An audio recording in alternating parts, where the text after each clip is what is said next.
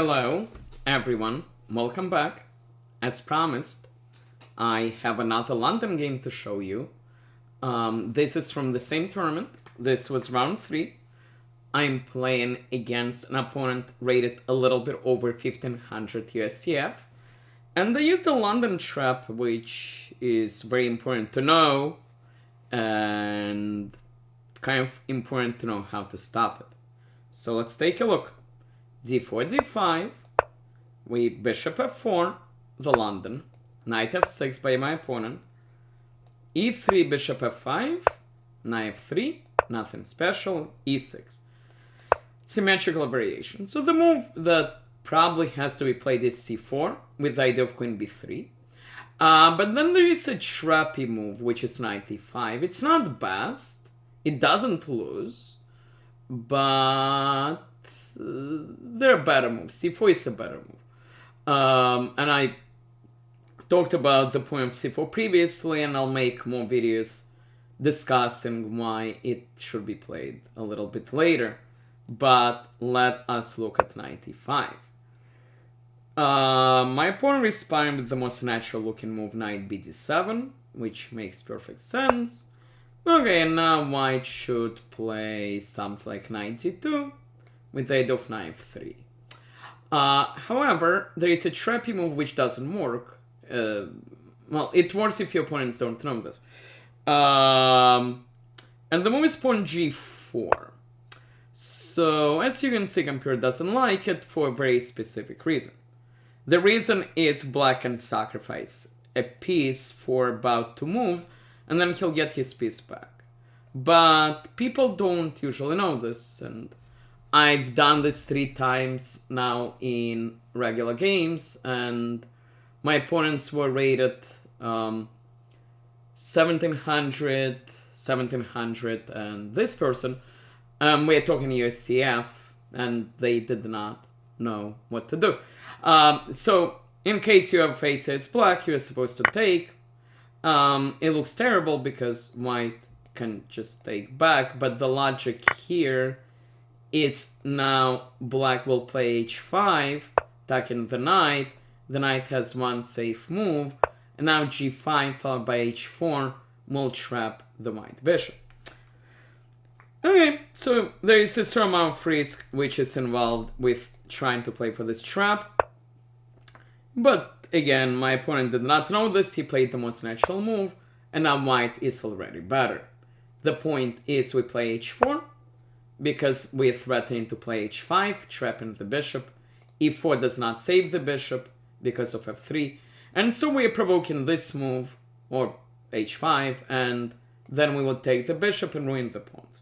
Which is what happened in this game. h5 by my opponent, of course I take back. Now this pawn is really weak.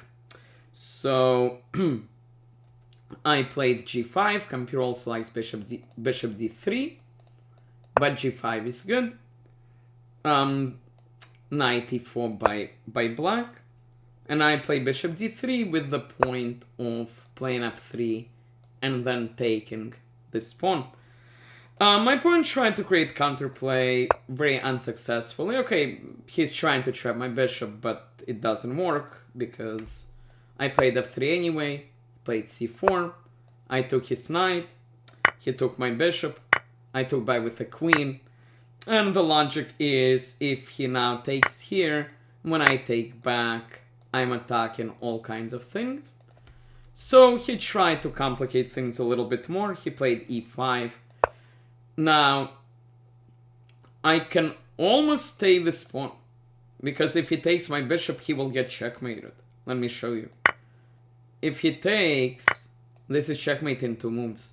Queen takes, and mate. I really want it to work. The problem is my opponent does not have to take the bishop. And this is an important lesson. Just because the opponent can take something doesn't mean he should.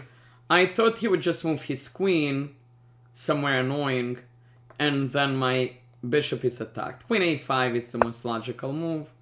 Attack my king, attack my bishop, and I'm done. It just doesn't work. Okay, so I have to play something a little bit more sane. And the move I played was bishop takes c5. He took my bishop. I took back.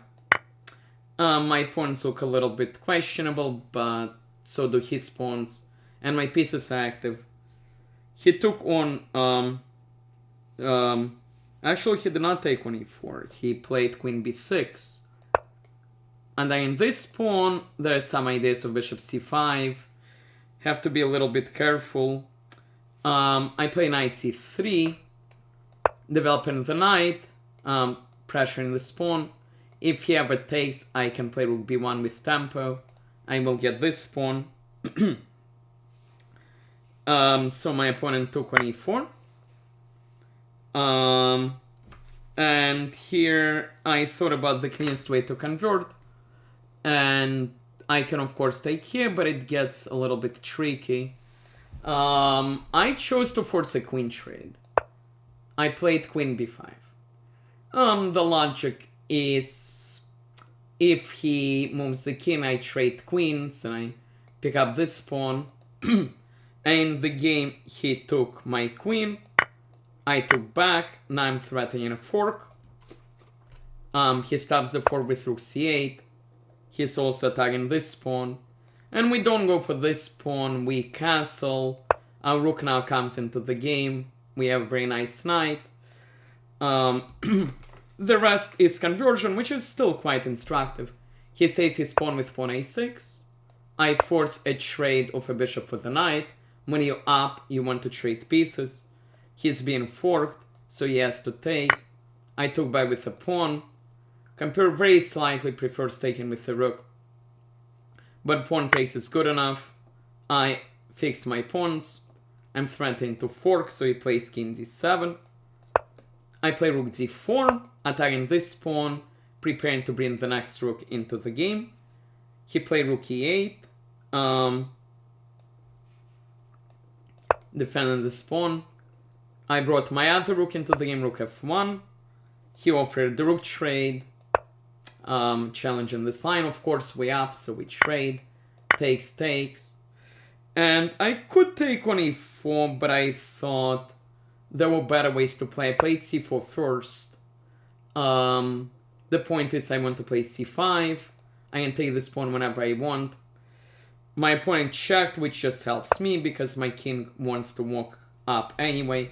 A lot of people do this. They check because they can. I simply move my king up. He checked again, helping my king move up again. This whole procedure helped me tremendously. He comes behind my pawn, rook e2. And I calculated that I can just let this pawn go because I get an amazing pawn here.